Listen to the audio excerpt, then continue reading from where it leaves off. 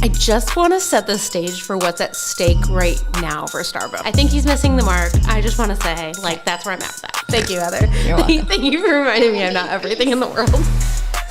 Welcome. Welcome to Stirred Up. Welcome to Stirred Up. I'm Heath. I'm Jess. Woo! Okay, it's been a couple of weeks since we've been together, and we don't know where to start. I know. We have renewed energy. A lot going on. Now we're both sweating. I'm we're sweating. Now I'm gonna clash with the set. Whatever. No, it's okay. You look gorgeous. Thanks. Same. I love your outfit, by the way. Thank you. It was inspired by your coat. I told Jessica she was gonna get pawed at. I said it was on the table. It's Friday. Yeah, the wine's flowing. Right. You Might worked as hard well. all week. I worked hard all week. Yeah, big girl job. Big girl job. What about you? Love to be in familiar territory. Yeah. I am trying not to lose sleep about Christmas coming. I listened to a Squawk Box market report thing that was actually happened right before Thanksgiving. And the guy on there was like, there's 5 less days between Thanksgiving and Christmas. The guy didn't understand that impact to retail earnings. He was just like, well, we'll make it up. There's still 365 days in the year. And I'm like, bro, that's why I'm stressing. There's not enough time, and everybody starts shopping on Black Friday, or you risk wasting money. You got to make sure on Black Friday you get your deals, or that deal season, it doesn't really happen that much more before. So I am a little bit stressed. I have a white elephant gift I need to get by tomorrow, and I have nothing prepared whatsoever. What is the limit? I don't know. Whatever I want it to be. What? I don't give a shit. No, there is a limit, but I don't follow rules. Are you Just joking? go get a bottle of bourbon or something. Is it right. for work? Or That's what I is it mean. for? No, friends. Friends. And I want to put some stirred up stuff in there. I just don't know it. I don't know. I know I'll have to figure it out tomorrow morning. Yeah. But that's tomorrow morning. That's what funny it is. that stresses you out. Yeah, all the gifts. And so here's the other thing. Don't get me wrong. I'm stressed by a certain amount of things at this point about Christmas. Yeah. It's consuming me. I also don't want to give Amazon garbage. I'm having a really hard time. I'm ready to cancel Prime. I'm not fully there, but I'm thinking about it with every visit to Amazon I make. I think, couldn't I buy this somewhere else? Okay, so also aligned to that, I'm not ordering people crap off Amazon for Christmas. I'm just not going to buy you anything. But, or I want to pick out something that is handmade, that is local, or even not local. There's a couple of gifts that people recommended to me on a LinkedIn post that I did, and they are creators that they know. Perfect. More expensive than I would but I would rather do that. One nice thing that went to a local community than 12 pieces of garbage that you're going to throw away because it's garbage. That goes back to your earlier point about market audience. Yes. I'm also there as well. I would rather not receive or give anything that's not going to last and that's a pile of shit. Yeah. I recently ordered $700 worth of shit from Amazon. I read every review. I looked at every picture. I had the cart for a week before I hit the trigger. Yeah. And I'm sending 40% of its back. Oh my God, are you joking? Mm-hmm. This rug was one of them. On the internet, it looked like I was getting a 3-inch. That's so frustrating. And so it's fine. Yeah.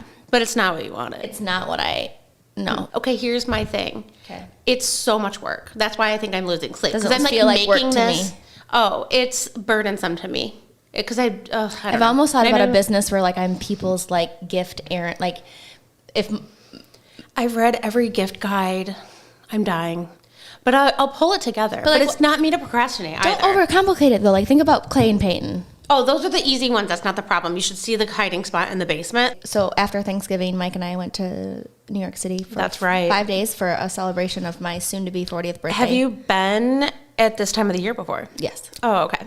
Nothing new but for you. Not just with, yes, new, for sure. But not just with my husband, either by myself for business. Sure. Mostly by myself for business, or with colleagues for business. Oh, sure. So mostly business. And then the summers with family, with my kids. Got it. But never with my husband, never with my children, never in a capacity where, You did the things that you did. We it did was the special. things. We saw Wicked on Broadway. Cool. Went to a Rangers game. Was 4 blocks. What what street was the Hilton on where the United Healthcare CEO was assassinated in the back? I don't know, but Midtown, where there's not been a shooting in... Right. I stay in Midtown, so I stay on West 44th Street. It's less than a 5-minute walk. Yeah. We stay in an old hotel called the Algonquin. It's a Marriott property, but it's like one of those boutique-y ones, and I stay there because they allow animals, and they have a cat. But you didn't bring an animal or a cat? No, the cat stays there. Oh, cute. I do like that. But you can bring animals. I'll send you so then you can see everybody else's animals. The profile's been an Architectural Digest. Like cool. the cat's Hamilton. He's rescued from the Humane Society, which, you know, can I give you something relatable? Yes. Out here at the corner store. Do you know the corner store that I'm talking about? Yeah, of course I know the corner store. 20 and 30. Yeah, my mom had to meet me there today and pay for my gas because I didn't have my debit card. 40. She didn't even get stressed. She's like, all right, I'll be right there. I was going to run out. I know. I'm not surprised.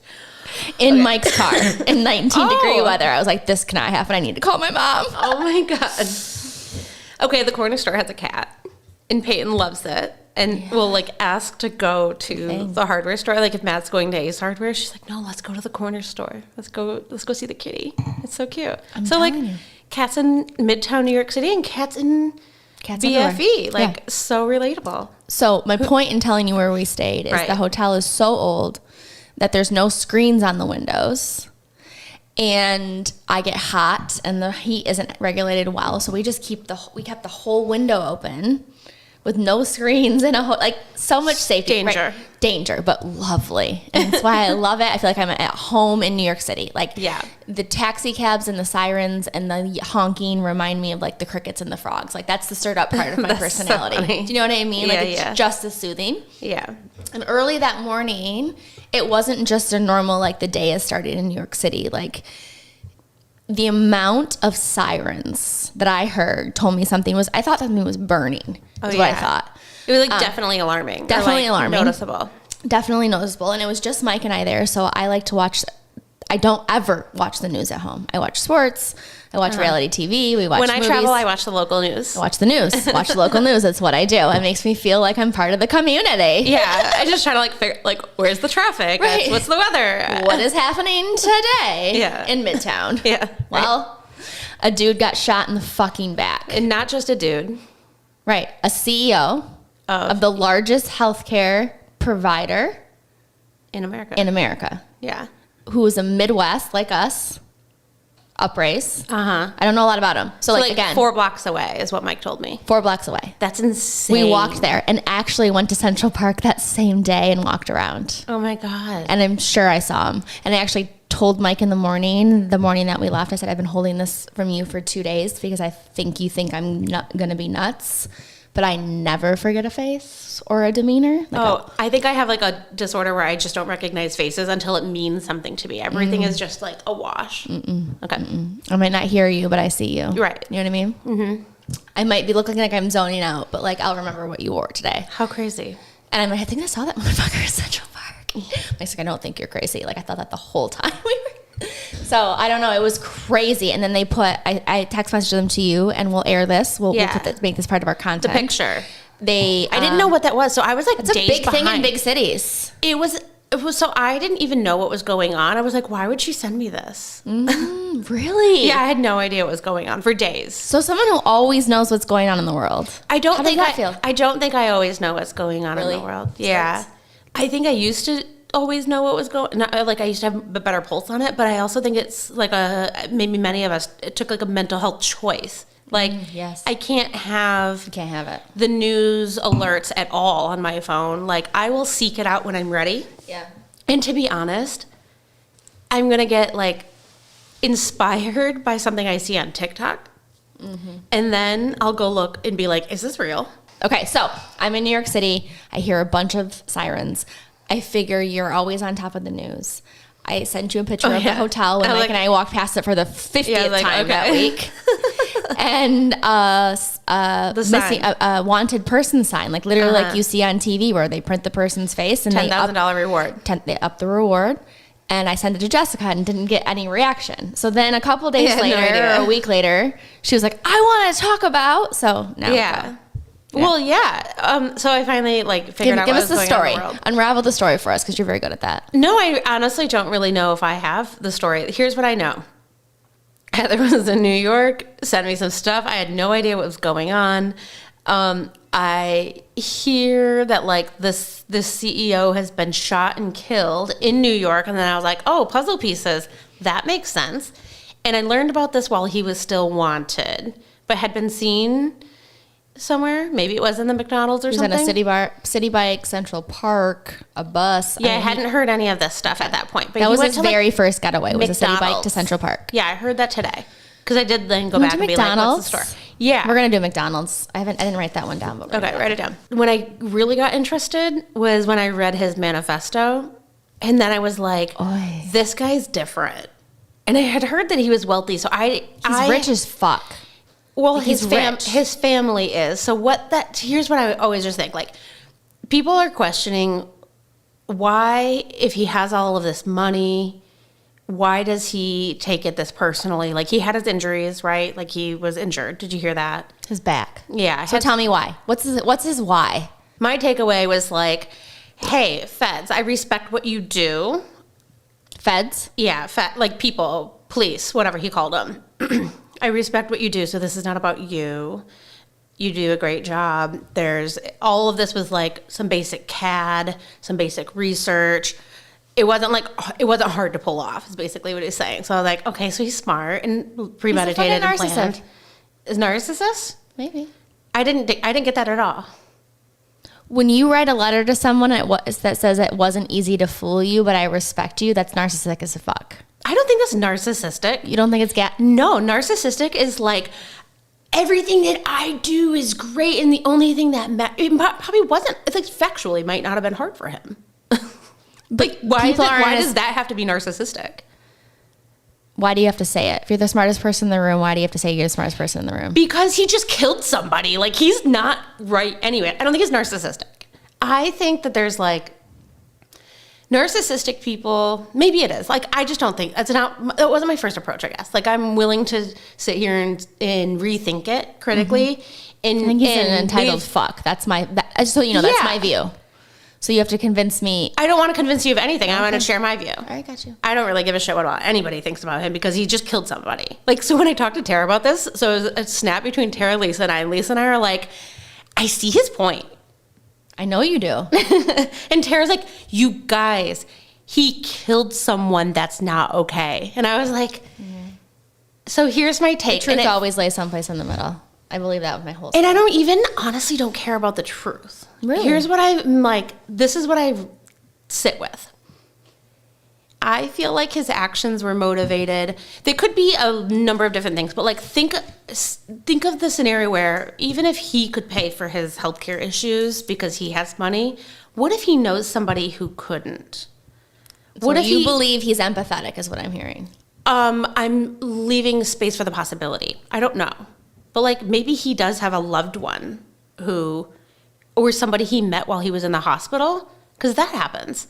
Like, oh, I've gone through this hard thing. You don't have to sell me your scenario. I'm just saying, who you truly think he is. That's who I am. No. I'd blow somebody up if you couldn't get your back fixed. I have no evidence. Right. That's why I think that, because you would do that. I would. Yes.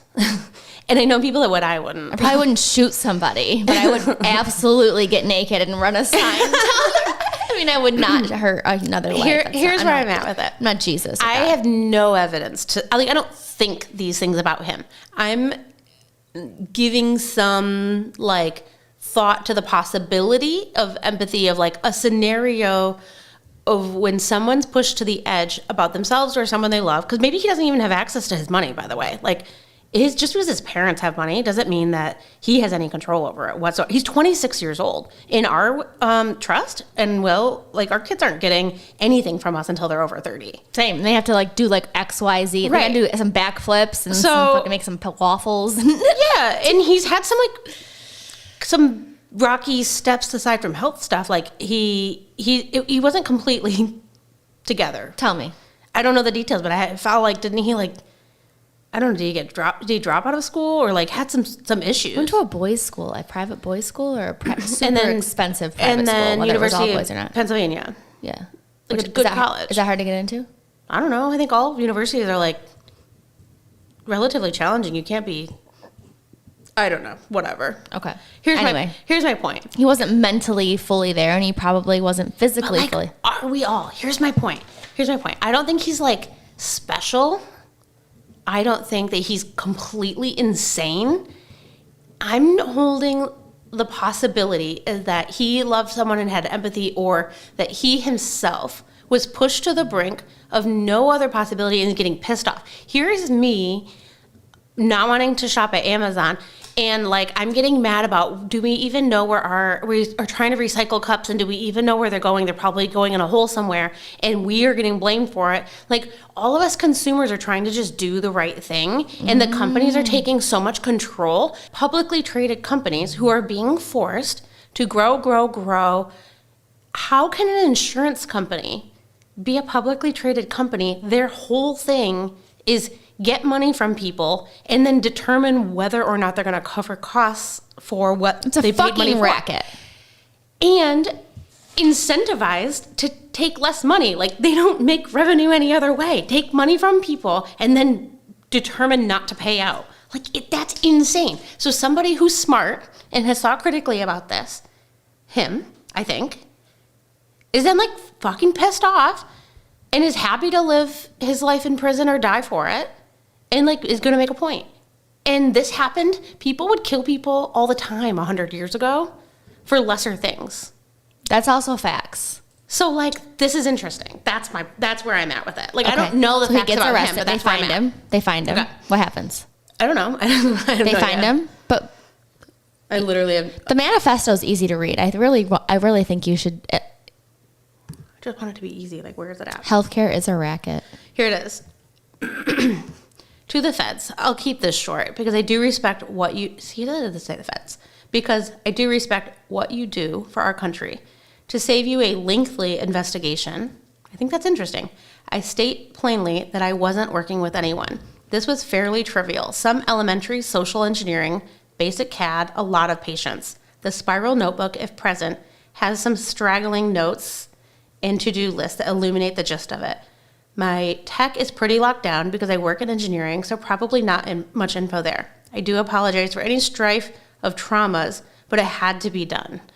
Frankly, these parasites simply had it coming. A reminder, the U.S. has has the #1 most expensive healthcare system in the world, yet we rank roughly 42 in life expectancy. United is the indecipherable largest company, so maybe he said, like, is the fucking largest company in the United States by market cap, behind only Apple, Google, and Walmart. It has grown and grown, but as our life expectancy, no. The reality is these fuckers have simply, that's what I was thinking. So you have a lot of time for that too, me too. Have simply gotten too powerful, and they continue to abuse our country for immense profit because the American public has allowed them to get away with it. Obviously, the problem is more complex, but I do not have space, and frankly, do not pretend to be the most qualified person to lay out there. That's not narcissistic. Like, yeah, okay, fair enough. But many have illuminated the corruption and greed, and then he put some Rosenthal more the references decades ago, and the problems simply remain. It is not an issue of awareness at this point, but clearly power games at play. Okay, time out. I'm almost done. Evidently, I am the first to face it with such brutal honesty. I think that's not narcissistic. Like, he's throwing himself on the sword for everybody else. Yeah, that's he's why starting a conversation. He doesn't give a fuck. Yeah. So you kill a man. I don't condone that. I think that was like probably a bad idea. So went to New York City, lived my best life. You were here, not knowing that a man was shot in the back in broad daylight in Midtown, the tourist capital of the fucking globe. Right out in front of the Coca-Cola shit I sent you, that's my social goal. Sorry, hold on. I can hear this on the audio. I love that sound. Oh, you do? Yeah. I wonder if our listeners do. Is that like gross? Do you ever do that? No. Never done it in my whole life. It's dripping. Matt, it's going to make a huge mess. Matt. It's dripping. She means it. It's dripping today. Make a huge mess. It's not even false advertisement over here at the Robinson household. It's... I do that all the time. I don't want to make a mess. The deal has been executed. That's shit. Okay, what else is going on in our lives? Professionally, I wanted everyone to know that there was there's a lot of things I want to talk about with you. And I think we can just hold them because they're not time sensitive. Does that make sense? We'll get there. We'll get there. You know what? I kind of want to make our holiday special for Christmas, just like shooting the shit anyways. We can do that next week. I love that. Okay. So what I did ever want to know is that there was a very annoying, high-pitched sound before we started this podcast today. So maybe we should set up like a little like thing that's going on. We've moved. We've moved. We divorced my family. Should I explain why? Jessica divorced our family, and then I was like, yeah. Kind of. So we recorded right. Budweiser, Right. which was so much fun. So that's what I'm saying. Listen, though. A little chaos. Which is okay. We had so much fun. But it was 2 hours long, and you were getting stressed. I was worried that I did put some, like, outtakes of, like, probably 3 outtakes. I made you get up at one point, which is not, like... I know. There was 45 minutes cut from what we recorded versus what we published. Annoying. I laid in bed that night, and I was like, we always knew we were going to get a different spot. Yeah. But I was like, we're going to have to do this a lot sooner than we thought. I laid in bed for like an hour just thinking about... How much my family stomps? No. They're stompers. I didn't think about your family at all at that point. I was way past it. I was like, we need a different spot. We're in solution mode? Yes. I love that about you. Yes. You don't get stuck too long on the problem. No. I just get stuck in the problem. Stewing, I don't stew. I stew. I like move past it real quick and just... I guess it depends on what it is and who it is. Okay, so I had an initial thought, this wasn't it, where we're at, but I had this in the back of my mind, and Matt suggested this space that already exists. Go, Maddie. And I was like, I don't know if Heather's going to go for that, and I don't know how I feel about that, but I'll see what Heather thinks, and if Heather thinks it's okay, then it's exactly what we're doing. Really? Yes. You said that to yourself? Yeah. And I mentioned it I didn't think to people you. cared about my opinion that much. That's why I do. I Deeply. Yeah, me too. So you said, yes, Yeah. this is a vibe, is what you said. This is a vibe. Well, these boys pulled this room all together. They did a great job. We really didn't do anything. Barely. I mean, They did it all. they did so good. It looks so good. We're happy. What are we doing with the shooter? What's happening next? Oh, nothing. I don't know. Is anything going to change in healthcare? No. This is a great question. Here's what I actually think is going to happen. CEOs will require more security, and then it just costs them more money, and then they like squeeze the people more. Yeah, that's what I think. No, you have to add another cost to the P&L. Yep. Got it. So you think, so is he dumb? No, I don't want to have that like unilateral of an opinion. I am just like intrigued. It's going to make a good movie one day, honestly. 50 Cent says he's working on it. But I don't have any like definitive 50 cents is what you say? 50? 50? 50, if you know, you know. If you know, you know. Yeah, I'm not going to go into that story here. He's But a dude. I love him. Me too. I just think if he was that, like, to me, when I open my mouth, I try. And sometimes I'm not perfect, right? But, like, if you're not going to meet your objective, why kill a man? What's your objective? Oh, I think he did meet his objective. What's the objective? Fame? Let's go back to the thing. Is he going to change the He healthcare says- system? You just told me No, he's not going to change it. He can't. This is me. I don't know. Okay. This is just my prediction. I got I think you. like he's trying. It's only one person. How many more? We need to shoot more people.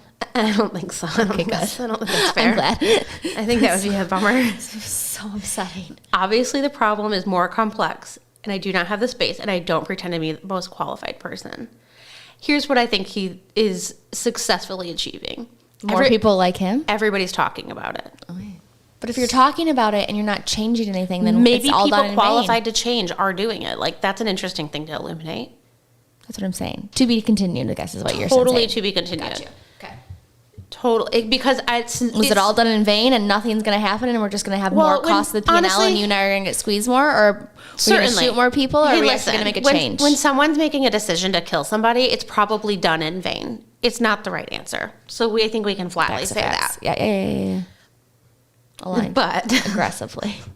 But since I he don't did even it, like to kill a rabbit. since he did it, let's talk about it. And right. that's achieving his mission. That we are even sitting here talking about it, because we would have never talked about Healthcare in America. We wouldn't have ever talked about healthcare in No, America. because it's a conflict of interest for the employer that I work for one. Like, I'm just going to say. We're not doing it. It's been a hard no. But You're only one person. Yeah, and we're talking about it on a grander scale, which is the right thing to do. I think that's interesting. So I do think he's achieving his mission of starting the conversation. Awareness. Yeah. Okay. Flat out. That's it. Whether something's done. We're not working through the whole funnel today with this man God. and this. Okay. We're just started the conversation. Yeah. You drove traffic. Yeah. to the And issue. I'm just sitting here willing to say, like, it was the wrong thing to do.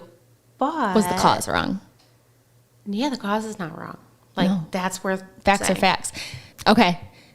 Tell me, my little nerdy lady. It's time. It's time for the real tea. Time for the real tea. Tell Okay. me my nerdy self. You said it was a lot more interesting that you told me, like, this is a lot more interesting than I thought it would be. And we wanted to do Starbucks at Christmas because they are, I think, my hypothesis is they capitalize at Christmas. And that they are a modern, iconic Christmas vibe. They're the Macy's of our generation.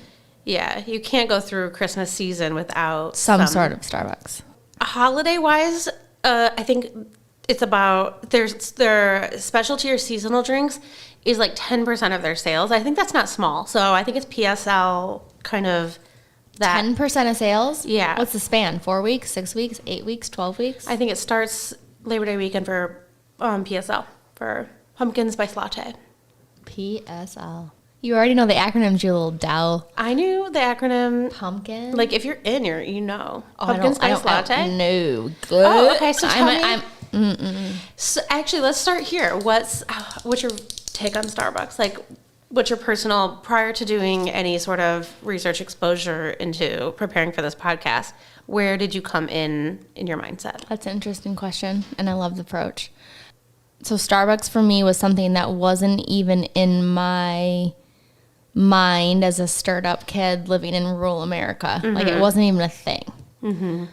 In my early 20s to early 30s, I drank 1/2 coffee, 1/2 coffee mate creamer. Starbucks still, when I had And been what was at- your coffee, Folgers or Maxwell House? both. Yeah.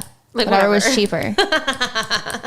Whatever. We were a Folgers house, which I still cannot drink. Like, I hate it so literally rips my stomach into pieces, both Folgers and Maxwell's.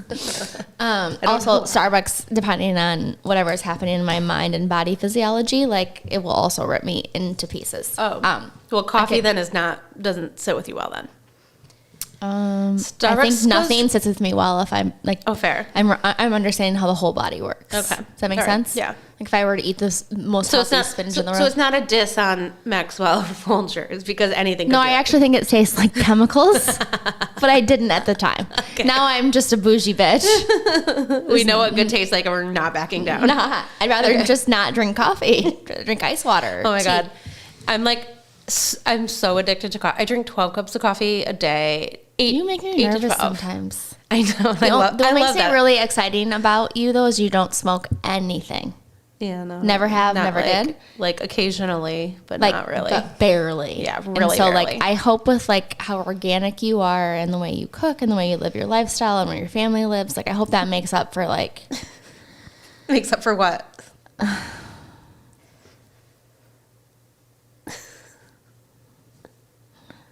I don't know. If My- my my water came alcohol. out of my sink fucking blue, I might have actually divorced Mike. Like, that would have, the fact you're like, we're gonna get it tested, and then we're gonna, like, it's just, you know, there's no sense of urgency. Well, I mean, what are you gonna do? It's 3 years in the making. Like, you can't get it out of the ground now. Like, you would go to Meijer and Thank get God when someday when this podcast is big and actual celebrities fly their ass to MBS and come sit in the studio and want to see how fabulous we have it, they're going to be like, where's the bottled water? which I wouldn't do, because You that's have water out. I'm excited. I would not drink your water. I don't like the taste of it. I'm well. not So scared. this is the thing. With The taste is it's weird. well water. It is but I have a water growing up. We'll just table it. All right, move on. Starbucks. I'm indifferent about Starbucks. You asked what was my customer journey with Starbucks was we didn't have one. We couldn't afford one. Like, even my mom would have actually probably taken us there for special things had we had one growing up. Yeah, fair agreed. enough, right? Like, we couldn't afford it every day. Like, my children think we can afford it, which we can't. I got into the whole experience as a family. And I also got into their brown sugar oat milkshake and espressos. Oh, yeah. But I very much got into the experience of digital and physical. Makes you feel like you're part of the brand. So I'll stop because I know you gave me a job. So many things. Yeah. The coffee is like okay to me. Fucking mid. Yeah, it's mediocre. Mid. What's that mean? Mid at best, mediocre. Yeah, like it's okay. Not trash, but you're also not like hustling either. So for me, I don't go out of my way because we have some really great local options in Midland. Great local options. I don't have any sort of, like, I've been a coffee, so same as you, when I was growing up, we would have Folgers and I would put like just as much sugar as I did coffee, and I was drinking coffee when I was like in 7th grade. I would die. Kelly Lauer at the time, Kelly Taylor, and I would like come to school with our cups of sugar with a splash of coffee. We literally used to steal my friends' parents' half-smoked cigarettes out of the ashtrays. Heather. On God. Okay, you're shaming me about my 7th grade coffee, and I'm not shaming you. Oh. That's what I'm saying. Like, that's what's crazy to me. Like, I don't worry about it because you don't smoke. Like, I don't worry about you. I worry about you. You do worry. I do worry, but like, if you smoked, I'd really worry. No, I don't smoke. I don't like it. I just want to set the stage for what's at stake right now for Starbucks, because I didn't realize this so much. Like, I heard some rumblings, but like there's always corporate rumblings of like CEO changes, and it sounds more dramatic than what it is. But when I got into listening to interviews and research, I think something is so much more at stake for the future of Starbucks than any sort of like, well, it's been a bad year and we had to get 2 new CEOs. Are they getting, so one question, I will not interrupt you again, but my hypothesis was coming in here that just like Anheuser-Busch, who thought that they controlled the whole market of hops and beer, the same way Starbucks has controlled beans and coffee. And now you have these little guys coming in and disrupting your market. It's not their problem. Well, I'm sure there's a little bit of that potentially, but they're such an urban no loyals. You will be thrilled by the answer, the real answer. And there's various takes on this, but my take, that's why I'm framing it this way, because we don't know the end of what's going to happen. Like, they're not going to like. We're telling a story. They're not going under. They're not going under. Like, they're not going to go away. Okay. That's not really the crisis. They've been like publicly down traded. 1% in sales. Oh, and everyone's panicking. Well, it's only ever happened 3 other times, and it was the financial crisis in 2008 and 2009, and then the pandemic in 2020, and now this year. But this year, there's not an external crisis for them to be. Why are they doing so poorly? You don't think we're in an external crisis? Not really. No.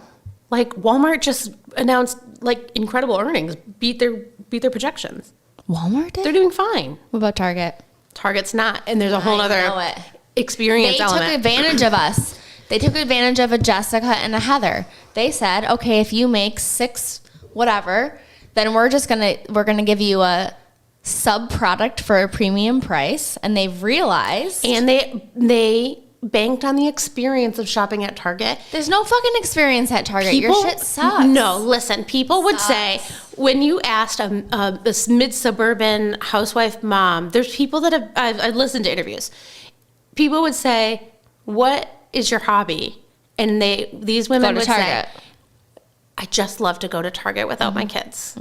That's an experience, if you're telling me anything at all. No, Target feels like a job to me. Okay. Me too, because shopping is a job, but culture changes, therefore market changes, therefore the business has to change. Yeah. Eventually. Not saying how soon, that's case by case. I'm in a different point in my life, and the world is in a different point in the world. This is true. where I would still be a loyal Target shopper if they realize that I also grew up. I don't need to go to Target to escape my kids anymore. Yeah, but that's okay, fair. But there's still moms. What that was do. the why? So, so your point was you gave me two. Why would you not grow the pie? Why would you focus on the original pie? Well, it depends on the size of the original pie, and like maybe you're spending your money elsewhere, and you've never the age where you're at and what you're doing. We were the original pie. I know, but you're thinking about you, not a market of. I'm a market. We're a market. I know, but you were talking about what you represented 8 years ago, and that's been their target market. I guess my arrogance and my bias is the why that women went to Target when their kids were 2, 4, and 6 was because they needed to get the fuck out of their house, and having a Starbucks, and shopping. Yeah. Was like a relief for them. Yeah. Now that my kids don't mentally drain me, or like I don't need to go to Starbucks or Target just to get away. Now I'm like, your prices are bullshit and you're fucking. So I'm my counter to that is that like you as a market may not have ever been, you as a market now may never have been what their market was. Like they need to still focus on what you were when you needed to get away because they were an experience. Their whole strategy was be a discount retailer, but at a premium high enough that they could make the whole experience enjoyable. And the argument right now, this whole thing aside, what the market analysts are saying is that because we're in a recession enough that is too much of a luxury. I can't go to Target to spend $100 on the robe. That's still too much of a luxury right now. Just because I want to walk around without my kids. Yes. Okay, yes. I got you. I need to go to Walmart and Aldi because I need to save that extra money. I'm doing that. Yes. And I don't even know if I need, I just am. And Target's making some misses in their approach in response to that because they are still an experienced brand, but similar, I'm going to pull this back to Starbucks. Yeah. Because they're a publicly traded company, as soon as you scale back, you can't make experience investments. You then become a dollars. You feel passionately about that. Experience doesn't matter. I had. I know. So my whole point of view on Starbucks is that experience has been their own differentiator. They're still just a coffee company. They get their beans from, like, I can't remember the number, I could find it real quick, like 30,000 different farmers. Like, it's not like they have special beans. When you go to the corner store or wherever you're going, probably not Poultry's and Maxwell House, but you're getting the same beans that you're getting from Starbucks. Starbucks has 3%, they consume 3% of the world's coffee beans. That's it. Well, that's it, or like that's incredible. I don't think it feels like that's it for me relative to the context of the businesses that we've been in. Flavor comes from roasting, and they roast their formulators own, again. Formulators matter. They are their own roaster. Oh. And they take, unlike Coke, and they take that very seriously. Okay. So if we are going to talk about sustainability a little bit, climate change affects their beans from a source perspective. Like that's an issue for them, whether it's supply or care. They have to care. They do care. Whether or not like the end of life on their cups, we can talk about that in a second, but like that's just a big problem. A lot of color on those cups too. Yeah. So, okay. So we'll just hit it real quick. Even if you go back to Starbucks and you put it in the recycling bin, there's been some like investigative evidence on like a news channel like CBS. My mom sent this to me. It was really interesting. In every case, they went to landfill, even though they were in the recycling bin at Starbucks. But in some cases, they were attempted to go to be recycled, but the processing point, they evaluated that like it couldn't be sold or because there was whatever was going on. Yeah. So in every case, like if you think you're recycling your fucking Starbucks cups, it's going to landfill. Okay. Here's something else that I think is really incredible. So they do care about sustainability because it affects their beans. They are their own roaster. Coffee is an incredibly lucrative business if it's done right. That's the point right there. What does done right mean? Well, so it depends on your business model, right? So I actually think that that's why we have a whole bunch of local coffee houses. This is just a hypothesis, but like Midland has a roaster locally, and we have a whole bunch of local coffee houses. I think they're making bank. They gotta be. What the CEO, the longtime CEO of Starbucks, we're gonna talk about him a lot, I think. he said in an interview when there was early days when he had first taken over, because he wasn't like the OG founder, but he's who made Starbucks what it is today. His name is Howard Schultz. He said they were making 80% margin. Like specialty. Like, what's the average commodity business make? Well, a lot of the companies that we talked, define commodity, but a lot of the companies that we talked about in the if you're past less than episodes, 20% for me, you're a commodity. You better be pumping out the fucking volume. It might be an ignorant statement, but like if you're making less than 20%. everybody that we talked about so far has been. Less than Like 20%. in the last handful of episodes. The So, volume is huge. Shein. yes. Abercrombie. Well, Shein, we don't know. They're Budweiser. privately, We don't know. yeah. The But all of volume. them- We do know the volume because we know what's happening. Well, in to Starbucks them. volume, there's billions of cups a day. Billions. Yes, they're like, they're almost as big revenue-wise as, so they're 36 billion. And what did we say, about 40-something billion for Coke? Yeah. So they're not that far behind. They're just roasting the beans and making the K-pops. And they're in like 32 countries. They're a mega conglomerate. How did this all start? It started in Seattle as a roaster, kind of like roaster and espresso, sort of dabbling kind of in espresso early on. The founders, they came up with Starbucks in a really weird, funny way. I can't even remember exactly what it was, but like nothing was, in my opinion, taken very seriously. Howard Schultz came along. They had like became 5 restaurants, or like 5 coffee stands, really would be more appropriate to describe them. Like a street cart. Basically, I feel like they were in like farmers markets, but that was just the gist that I got. I don't know if that's exactly accurate. But they were like a bean wholesaler more than they were anything.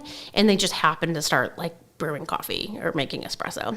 5 different locations in Seattle. And Howard came from Xerox, but did very well as kind of like the regional guy. Or Sure. They were the only regional. Whatever his job was, he did pretty good at it. Rocked it. Yeah.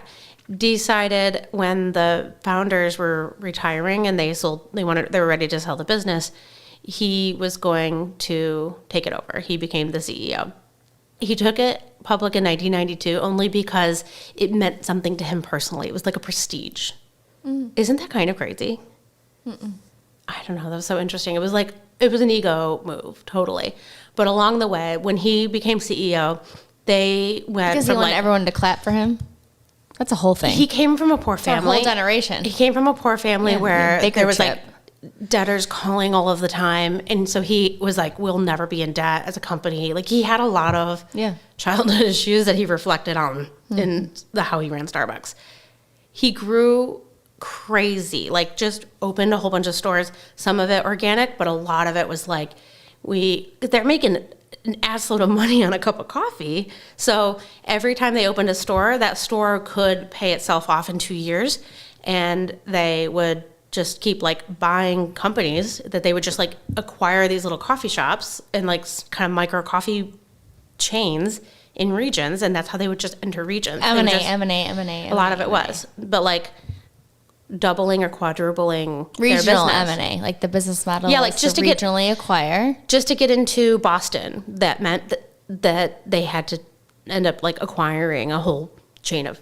What I think is the biggest aha and most interesting thing about Starbucks growth, not Starbucks today, but Starbucks that we always have known it to be, is that they are an experience brand. Lady. He says, people first. So they call their people partners. The people who work for them, or people who work for them are who partners. go through the drive-through. No, those are customers. Their partners are the people who work for them. And he was the first company to give part-time employees equity into the company. They call it the beanstalk. And some of it is given equity and some of it is employee share, like an employee purchase program that now I think is commonplace at most big companies. But he was the first to introduce anything like that. I just want to say there's I think there's 3 things that Starbucks did that's special. Like, this is what Howard Schultz did as the CEO of Starbucks for like 30 or 40 years or whatever the number was. So he did long-term CEO, had a CEO come in, like he was ready to leave Starbucks, retire, or do something different. He's had to come in 3 more times. Stop. Yes. Because he's the only one who understands the brand. I think he's the only one who understands the experience brand. But you can't understand the experience if you don't understand what it is to be a cult member of the brand. I agree with that deeply. He and loves I think it. that's going whether, to be... Whether or not you want to judge him or not. I don't judge him. I was skeptical, and now I'm in love with him. Stop. You never like anybody that much. I know. So here's what he did. 3 different things. Partners first, customers second, shareholders last. First is employee. Yes. Then is customer. Yes. Then you fuckers who want the dividend. Yes. Because if you do 1 and 2 right, the 3rd will come naturally. How and does that come without bias? That's what I'm seeing right now. I think that everyone has the right intention, but the bias like crashes it. That's why they brought him in 3 times. I don't know. A couple of examples. He was the first to ever give insurance to gay couples in the early 1990s. Is he gay man? No. Really? He just believes in like being a good person. Really? Like he said it a million times. That is shocking for a man. When entering China, they offered coverage to employees' parents and grandparents of their part-time staff because they knew as a part of culture, like you're in China, you take care of your family. Like that's a big deal. So your parents, mom and dad will come to work if grandma and papa are taking care of the babies. Oh, work. I didn't think of it that way. I'm thinking like these are high schoolers who work at Starbucks. Like I'm talking about baristas. What do you mean? Baristas are like not necessarily people. I'm picturing a lot of people are like, this is their first job. He's always called it. Howard Schultz has called this like, this is a great first job. Like McDonald's. They employ, but better. He specifically talked about McDonald's and that they're like not quite doing it right, but they've made improvements. 500,000 employees right now work at Starbucks. More than 5 million people have worked at Starbucks, and he considers it a great first job. So if you, Heather, are 17, 18, 19, 20, or like you're doing this while you're going through college, and not only can you get your own insurance, but you can cover your parents who might not have, they're making tough, this is specifically China. They didn't do this everywhere, but it was a thing because of the culture in China. So he was problem solving in the same way that he did for gay couples in the United States. Like it was a thing, they had a pain point, they weren't being covered. And he's saying, but if you work at Starbucks, you will. He worked with universities to make free education for his employees, programs that just didn't exist then. Experience in people. It's a publicly traded company so in 1992, he did that because of his ego.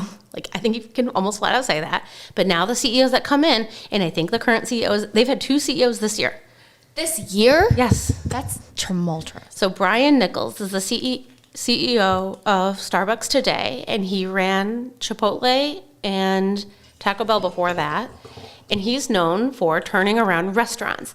But Howard Schultz has had to teach investors a million times, Starbucks is not a restaurant. We are not in the restaurant business.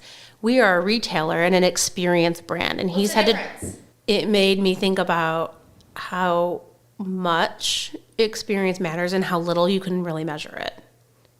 It's tough. There's 3 things. Partners first, customers second, shareholders last. So he focused on people. He focused on the experience. I'm going to talk about that in a minute. And then coffee, they're a coffee company, not a beverage or a restaurant company. Those are the 3, like, to me, like the groupings of insights that I thought Howard Schultz did.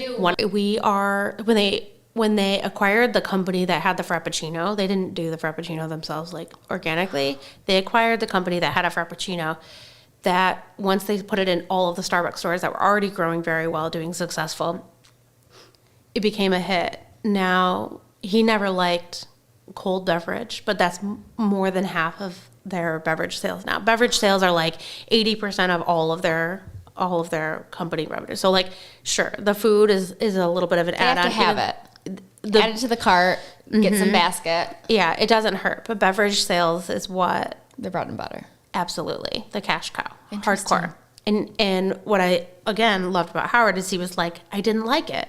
But it's not always just about me. We can always try it. Like, whatever. We'll just go do it. And whatever works, we'll support. He went to Coca-Cola and Pepsi in the same day and said that they were ready to bottle the Frappuccino for the first time. They've never done anything like that. Coca-Cola didn't get it, and he flew to Pepsi, and they're like, when do we sign the contract? Let's rock and roll. Stop it. In the same day. So I want to talk about the experience piece because me too. I think this is like interesting. I think you'll find this like super insightful. You know I will. I got sucked in. Howard thinks the app is where the company went wrong. The Starbucks app where you can order ahead. They're experience company, and now the app has made them transactional. And I think he's not wrong. He said, I'm not focused on anything other than the customer experience. The mobile app created unbelievable convenience, but we are an experience brand. It became so seductive to the company, but began to deteriorate the sense of community rapidly. Then, disproportionately created an environment in stores that the mobile app became the primary vehicle and the largest source of dissatisfaction. Can you feel that? Like, isn't that interesting? I need you to actually probably, I'm understanding you because I understand you. Only because I'm versed in the subject. If it was you were talking to me about something like that a regular was the first person time you were introducing me, I would be confused. So let's picture this. Yeah, I got the you. morning coffee route. The morning coffee crowd is a huge revenue source for them. It's their primary driver. Like it's not the only thing, but it's what matters most if you're talking about their beverage coffee industry. 60% of Starbucks morning business in the United States right now goes overwhelmingly through the app now. So they're just ordering. It's transactional versus an experience. Exactly. And you invested too much. Then they walk up and you did such a good job with the experience. Now you're just getting these people to transact. Yes. And what's the problem with that? Define me a commodity company, Heather. Transaction versus experience. You're going to be a me too, then you better differentiate yourself by experience and investment and relationships and service. Now let me tell you what Brian Nickel, their current CEO, says he's going to do. We're going to put guardrails on customization because it will ruin the beverage and ruin the experience for everyone involved. And a brewed cup of coffee is the most profitable beverage. So you're going to go away from, what did you tell me was your favorite? The experience, blah, blah, the blah, blah. games, No, but you had like some fancy, like long order. Does everybody at Starbucks have a long order? Yes. Like that is the point of going to Starbucks because you can customize your beverage to the... My husband gets so embarrassed. Mike's like, just order fucking coffee. I'm like, bro, that's why we're paying $9. Because we can be a little more annoying. Yes, okay. Like at McDonald's. This is what... I need you to explain that to me. We're putting guardrails on customization because it will ruin the beverage and ruin the experience for everyone involved. But that's the whole reason everybody goes to Starbucks. I'm not paying $9 unless I'm getting it exactly the way I fucking want it, or I'm going to make that shit up in 2105. Their current CEO, who brews an Americano at home by himself, he does not go to Starbucks, by the way, says that a brewed cup of coffee is the most profitable beverage. So they're going... They're going to transaction. They're going to revenues, shareholder value over everything else. Through all these years? Yeah. He's going back to basics. Whatever you call basics. Like no ingenuity, new creativity. Starbucks invented the customizable beverage. Lady, I want to read you something. Okay. Hold on. Can I give you one more thing? He says, the other thing he said, I wrote these down because I wanted to make sure we said them. He's going to make the world's greatest croissant and limit the breadth of food options. First of all, who needs the world's greatest croissant? Did anybody ever ask for that? I don't even like the fuckers. Me neither. Mike always orders them. I think he's missing the mark. I just want to say, that's where I'm at with that. Starbucks' marketing strategy heavily relies on creating a consistent premium brand experience through a mix of digital and physical channels, which is how I told you I got hooked because I got a Starbucks gift card. Mm-hmm. If you downloaded the app, you can shake the snow globe. Which I think is like such a gimmicky thing. I have such an affinity for snow globes. Wow. I think it's so gimmicky that like if an agency presented that to me as a brand, I think I'd like vomit on the table. Well, that's what you always have to remember. Like, just like you remind me, like you're not the whole brand. Thank you, Heather. You're welcome. Thank you for reminding me I'm not everything in the world. But you are to us and everyone. I'm just kidding. Love you. Just kidding. I know. You know what I mean? It's No, easy. I get my own biases. totally You get your own biases. That's how this know. works. But I'm just saying. It worked for me because I'm an 80s child who fucking loved those goddamn snow globes. Okay, so what happens? Stocking. Hold on. What happens when you shake the snow globe? What The happens? snow falls. What do you want to happen? Like, what happens on the app? See What the- makes it worth it? You shake it, and it's like a child nostalgic McDonald's That's marketing it? It does. play. It worked for you? And then when you shake it, it's like you get a free coffee. Oh, Or okay. you get $1 All right. off. So there isn't Or you wholly... get a point. They Okay. have combined the digital and the physical channels. Okay, here we go. And it worked for you. You'll love It that. really did work for you. I was the fucking target audience. Okay. Why I gave up? Do you think it's going to work for them in the future? Do you think the It's app not working is... for me right now. Okay. Culture changes, market changes, strategy needs to change.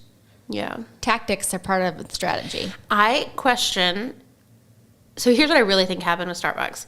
The Howard Schultz of it all was a really good strategy, and I think it would still work. I think he didn't teach his people that he worked with. Like, he let outsiders come in. I don't think he... I think it was... He was...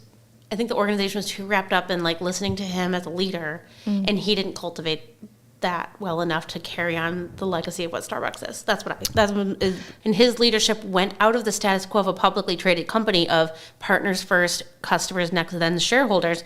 I think now all of the leaders that have come after him have said shareholders first, partners next, customers, or some other version Unless of your that. shareholder is your audience, then you're going to fuck it up. Long term. That's just how it works, though. Brian Nichols became CEO in, like, August this year. The stock price went up so much that it was $21 billion in value. All it means is he has a bunch of rich-minded like people who think like he does. But at the end of the day, we're the It's fucking just- buyer. it's just a At the vote, end of the yeah. day, the consumer has agree. to remember we do have our dollar does drive power. Starbucks marketing strategy heavily relies on creating a consistent premium brand experience through a mix of digital and physical channels. Focusing on personalized marketing through their loyalty program and mobile app, utilizing social media engagement, and maintaining a recognizable visual identity with their iconic green serene logo, all while emphasizing a focus on sustainability and community engagement. Yeah, well, that's what everybody says. That's what I'm saying. This approach allows them to cultivate a loyal customer base and position themselves as a lifestyle brand rather than just a coffee shop. The key aspects of their marketing strategy, which I believe is an execution of the brand and the business strategy. Strong brand identity. The instantly recognizable green siren logo and consistent visual design across all platforms are key elements of their brand identity. Personalized marketing. Leveraging customer data collected through their mobile app and loyalty program to deliver tailored promotions and recommendations based on individual preferences. That's what we're all aiming to do. But does it make it transactional? Hold on. If you think about anywhere you go in our local coffee shops in Midland, we sit down We sit. and there's a community, there is a space. It is worthwhile. It's a And creator Starbucks space, had yeah. deviated from that. And I think they need to go back to that to compete. Brian Nichol, the current CEO, previous Taco Bell, previous Chipotle, now Starbucks. He lives in California. Starbucks is in Seattle. He's ordered everybody to return to the office. They cannot work, corporate employees cannot work remotely. But guess where he lives? In California. So he has a corporate Do what I jet. say, not as I do. He has a corporate jet that flies him. It doesn't work with your kids and it doesn't work with adults. As soon as we all realize that, we can move on. Yeah, I think it's bullshit that he is living in California. That's my point. Saying, That's my this is point. It's bullshit. I'm Yeah. aligned with you. Yeah, I think it's so fucking dumb. What I said at the top was this is going to be a moment in Starbucks history that is more meaningful than a 1% negative return this year. We're at a valley or a peak. It's going to be, like, Starbucks is not going to just go away. Like, that's not the point. They may not be everything that we experienced with them before. I don't think. I think it's going to be operational, profit margins. It's not going to be partners first, employees, customers second, and shareholders last. What is your takeaway for Starbucks? Like, where are they at? Yeah, are we about to clink your clothes? I want to know what you think. I prefer Coffee Chaos. Boom, bitch, get out the way. And Live Oak and Creation Coffee. But could they lure you back, or you're over it?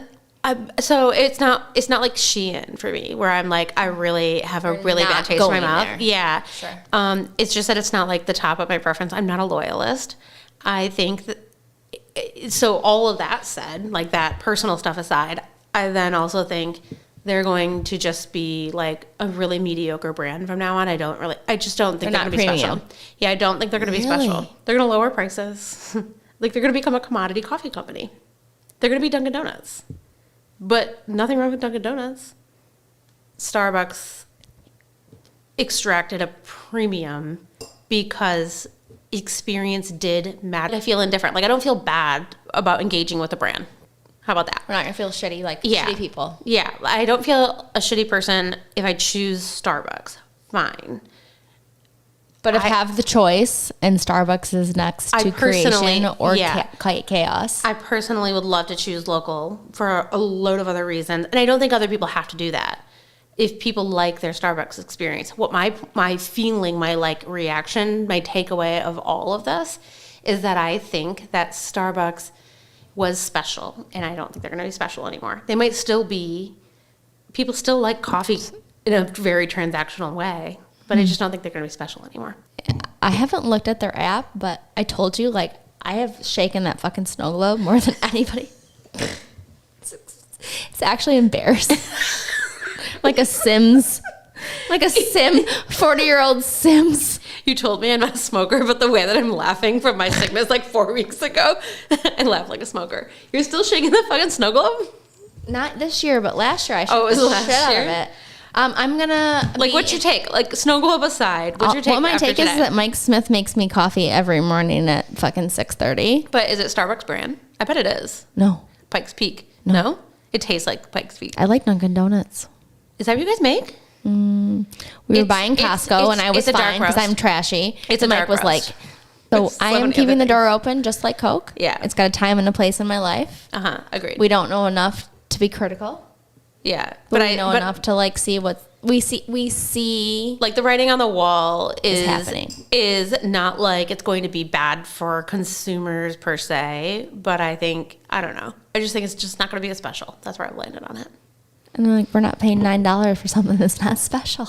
Right. So we're clinking or closing depending on how your price strategy aligns with your transaction. I think technically you want to be commodity, like give us a commodity price. There, and I think they will. I really do. Really?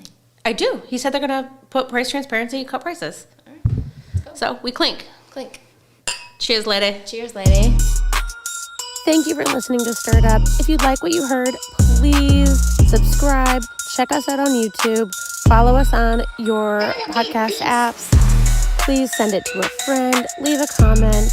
Add a rating. Every little bit helps. We look forward to seeing you next week.